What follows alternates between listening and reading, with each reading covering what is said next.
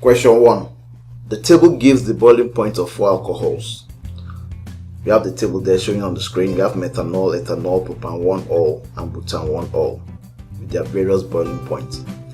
The apparatus shown can be used to separate a mixture of 4 alcohols shown in the table. So let's underline the keyword here: boiling point of 4 alcohols. Now, alcohols are liquids.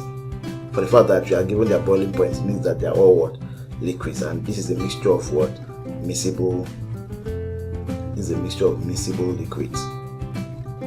And given that it's a mixture of miscible liquids, it means that it can be separated by either distillation or fractional distillation. But the most suitable will be fractional distillation, given their close boiling point. Okay, so you have the setup here. This is a setup for fractional distillation because of the fractionating column here. Right? Fine. Now name the apparatus. Name the apparatus labeled A and B. Apparatus A is what? That's the thermometer. Apparatus A is a what? Thermometer.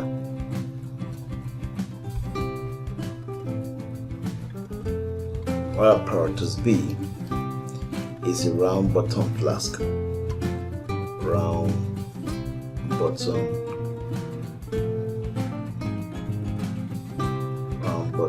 flask. Now, why do we need a thermometer?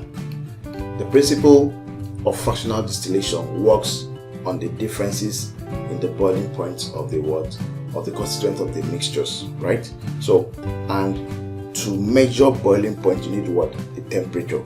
And because the boiling points are very close, we will need a fractionating column to always hold back 2 boiling liquids that are boiling off at the same time. So the fractionating column, the bits in the fractionating column here, will hold back the ones with the higher boiling point, align the ones with the lower boiling point to boil off. Now, another thing you need to note is that fractional distillation involves 2 physical processes. First, evaporation,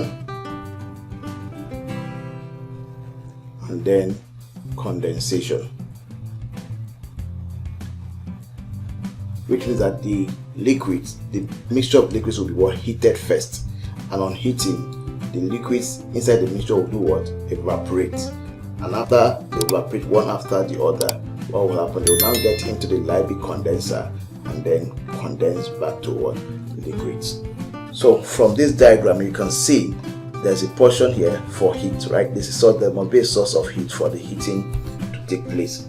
This substance, something must be responsible for this heat that will bring about the evaporation. So normally you can use the Bunsen burner, you can use an electric heater, you can use the electric mantle, you can use a water bath, you can use an oil bath, as the case may be. Then the function of the Liebig condenser here is to do what? Is to convert the vapor produced during the evaporation to what? To convert the vapor back to what? Liquid, right? Or to condense them back to liquid. I don't want to use the word condense because it's a condenser. So converts vapor to what? Liquid by cooling the temperature. By cooling the temperature of the vapor.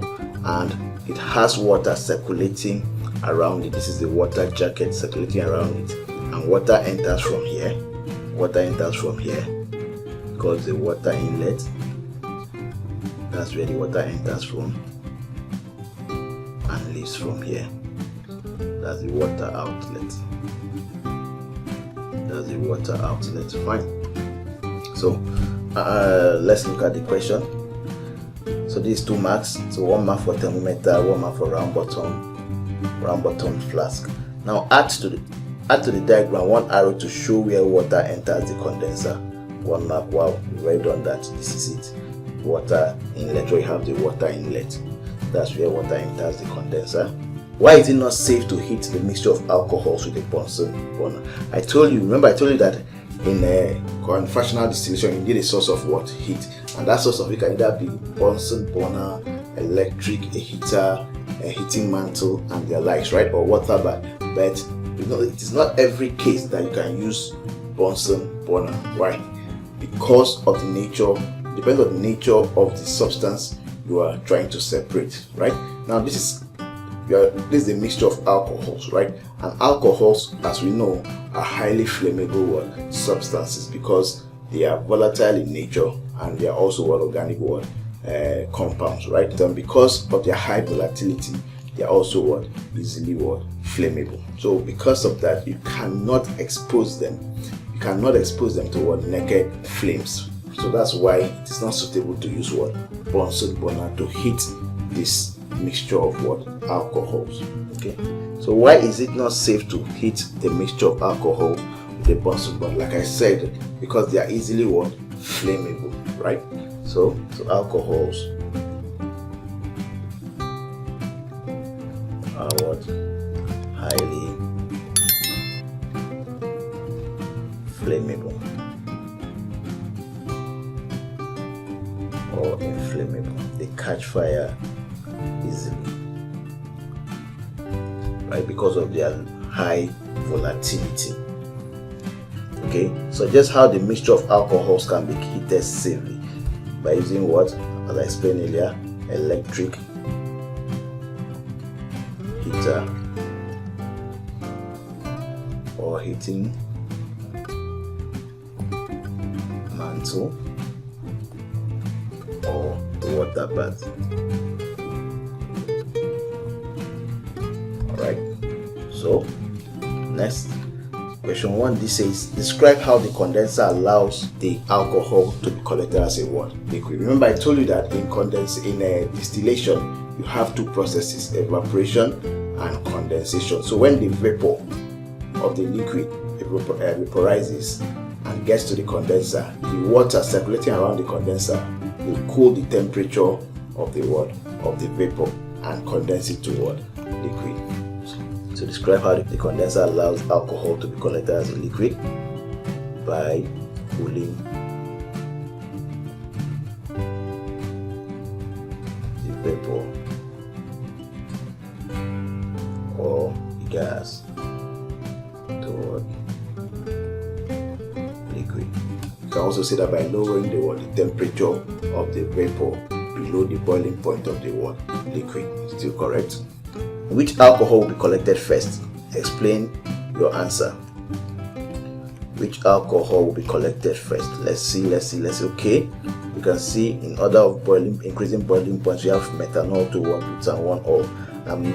Methanol has the lowest boiling point, which means that it is the one that will boil off first. That's one thing in fractional distillation. When you are heating a mixture of miscible liquids, the liquid with the lowest boiling point or lower boiling point will always boil off first, leaving behind those with the higher boiling point. So in this case, methanol has the lowest boiling point to boil off first. Alcohol collected first will be methanol. And why is that so?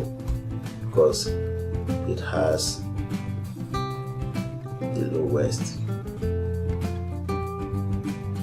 boiling point.